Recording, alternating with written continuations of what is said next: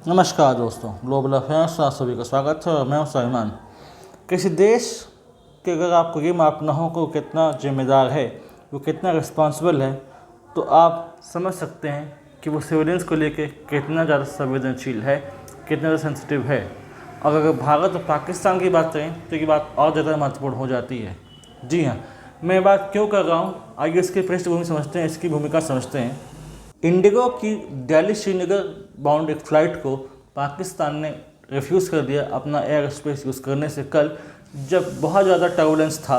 अगर टर्बुलेंस की बात करें खासकर फ़्लाइट के केस में, तो देखिए इसके अलग अलग कैटेगरी होती है, उसकी सीवियरिटी भी अलग अलग तरीके से डिफाइन की जाती है।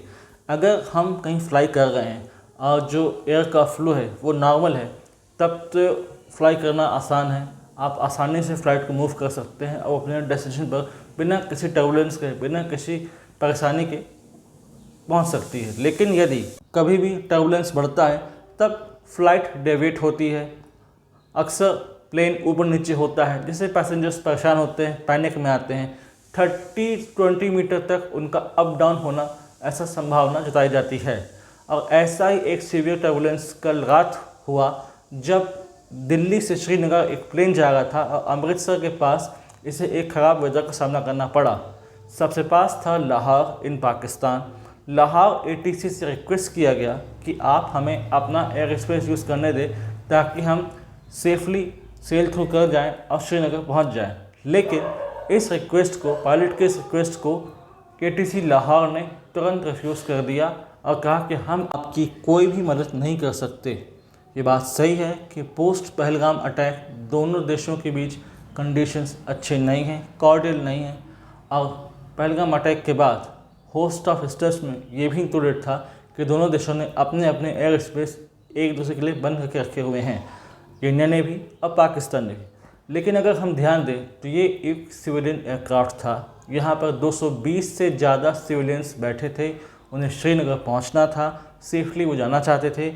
इसमें कोई बम नहीं था, कोई मिसाइल नहीं था, कोई हथियार नहीं था, कोई आर्टिलरी नहीं था जिससे पाकिस्तान को कोई खतरा होता। यदि वो अलाउ कर देते तो जाने बच जाती और आसानी से पायलट फिर लेटर ऑन मूव कर जाता तो श्रीनगर। लेकिन इसके लिए मना कर दिया पाकिस्तान ने कि हम आपको अपना एयरक्राफ्ट इस्तेमाल नहीं करने देंगे।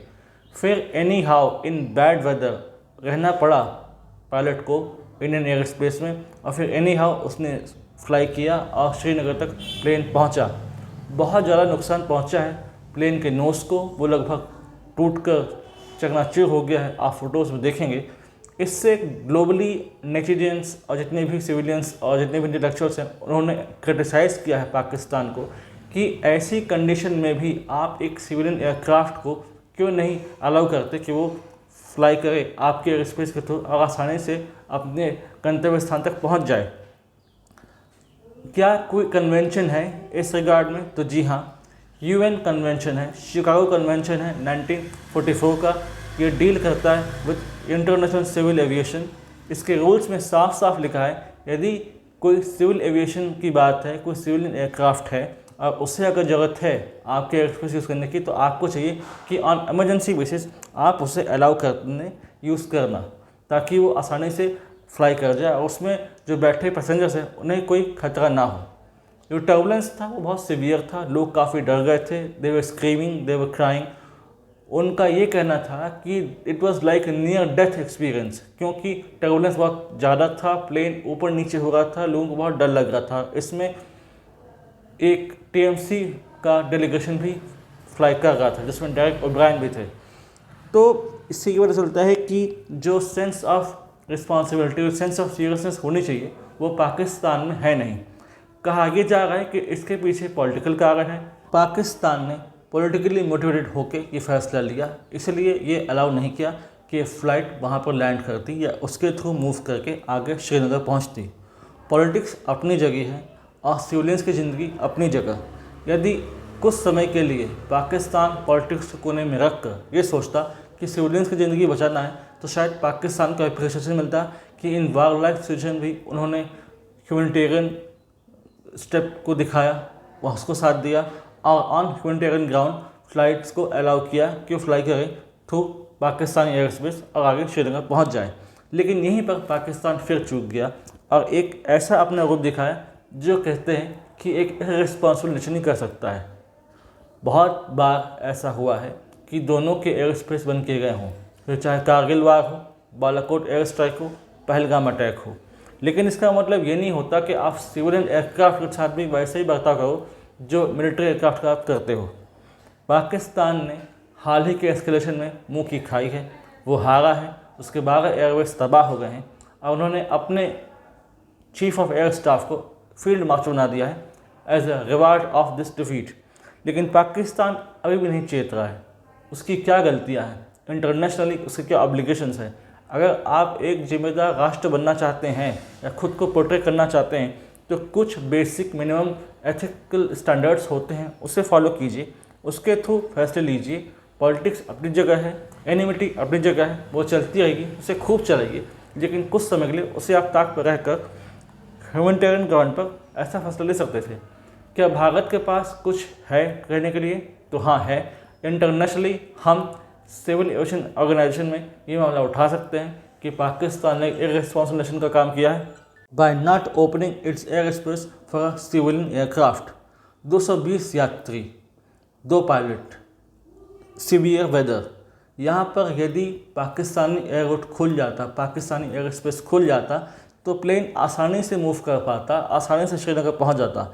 लेकिन वही जो खींच, जो दुश्मनी जो है इनके में रची बसी है, वो सामने बार बार आ जाती है, जिसके कारण ग्लोबली इनको ह्यूमिलिएट होना पड़ता है। और इस केस ने भी, इस इंसिडेंट ने भी ये दिखा दिया कि पाकिस्तान के पास आतंकियों को 14 करोड़ देने के लिए पैसे हैं, मसूद अजहर को कंपनसेट करने के लिए 14 करोड़ रुपए उनके पास हैं, लेकिन 220 जानें बचाने के लिए उनके पास अपना एयर स्पेस खोलने की फुर्सत नहीं है, वो सब इनके पास नहीं है।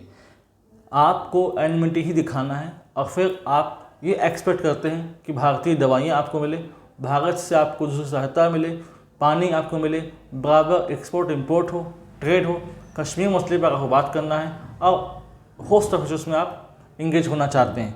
लेकिन अगर आप ऐसे बिहेव करेंगे तो फिर ग्लोबली आपको कैसे समझा जाएगा? एक ऐसा स्टेट जो कि अपने ऑब्लिगेशन को नहीं समझता, जो कि उसको टेकन फॉर ग्रांटेड लेता है, तो फिर ऐसे देश के कॉर्नर करना, आइसोलेट करना ही जरूरी है ताकि ये समझे कि इसकी गलतियाँ क्या है और पास्ट की गलतियों को समझकर, यदि समझ पाए तो समझकर भविष्य में ऐसी कोई गलती ना करे। वरना पाकिस्तान से हम बहुत अधिक एक्सपेक्टेशन नहीं कर सकते। ये एक इसके पास मौका था कि एक ह्यूमैनिटेरियन ग्राउंड पर ध्यान देता और एयरक्राफ्ट को आसानी से फ्लाई करने देता, लेकिन यहाँ पर भी उसने दुश्मनी दिखाई और ये दिखा दिया कि हम पाकिस्तान से कुछ उम्मीद नहीं कर सकते, चाहे वॉर लाइक सिचुएशन हो या ना हो।